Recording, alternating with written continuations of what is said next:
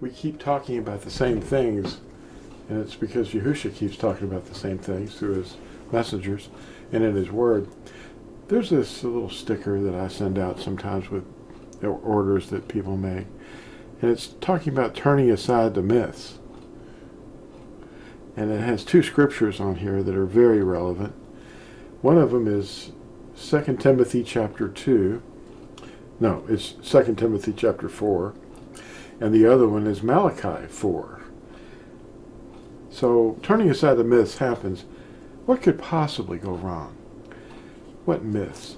Where are these teachers that are lawless? Where do they come from? And Paul said that there would be many of them. They were going to heap them up, a great number of them. And they would, be easy to find probably. But the legal people, the ones that are obedient, they're going to be kind of hard to find in the last days. That's what 2 Timothy chapter 2, chapter 3, and chapter 4 are talking about. And in Acts chapter 20, he addresses the elders and he says, it's going to get really bad, and progressively so. Not just the world, but them. Men from their own number are going to teach lies and, take a crowd of people and start teaching them. And they're going to name their assembly after their name, their own name, instead of Yahusha. We've heard that too. It's happening. Where are the lawless teachers that Paul spoke of? There should be pretty easy to find now. 2 Timothy, chapters 2 through 4, speak of hard times in the last days. Teachers of lawlessness will multiply because people will not listen to sound doctrine. And they heap up for themselves teachers saying what they want them to say. Their itching ears are their spiritual ears. And the lawless teachers can scratch that itch. They're the only ones that can. Only the lawless teachers can scratch that itch. In the sight of, this is a little quote from 2 Timothy 4, verses 1 through 4.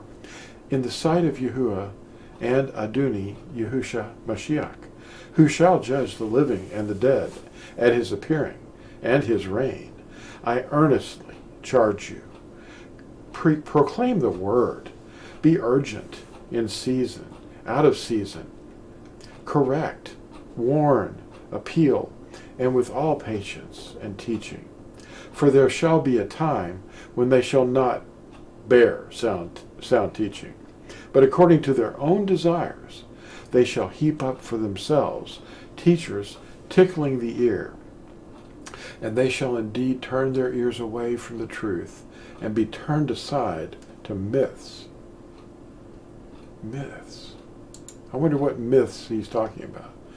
Well, in Scripture we don't find a lot of the things that Christians have been doing, like sacraments. Sacraments. Have you ever looked that word up? How about holy water? How about transubstantiation?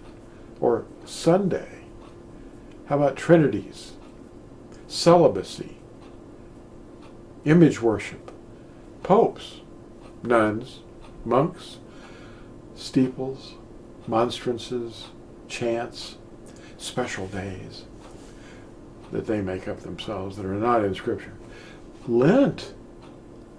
Prayers to the dead? Indulgences? Pilgrimages? Stigmatas? EASTER eggs? December 25th? Solstice birthdays? Etc. Notice Acts 20, verses 28 through 30. He's talking to the elders, Paul. And this is in Acts. Luke wrote this.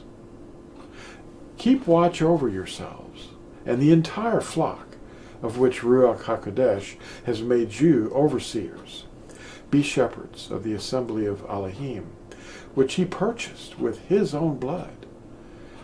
I know that after my departure, savage wolves will come in among you and will not spare the flock. Even from your own number, men will arise and distort the truth and draw away disciples after them.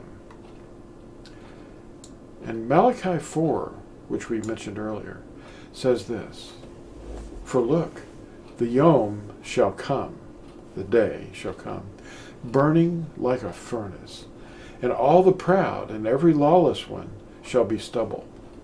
And the yom that shall come shall burn them up, said Yahuwah Sabaoth, which leaves to them neither root nor branch. But to you who fear my name, the servant of obedience shall arise with healing in his wings. And you shall go out and leap for joy like calves from the stall. And you shall trample the lawless ones, for they shall be ashes under the soles of your feet on the yom that I do this, said Yahuwah Sabaoth." That means armies. "Remember the Torah of Musha, my servant, which I commanded him in Koreb, for all Yisrael, laws and directives.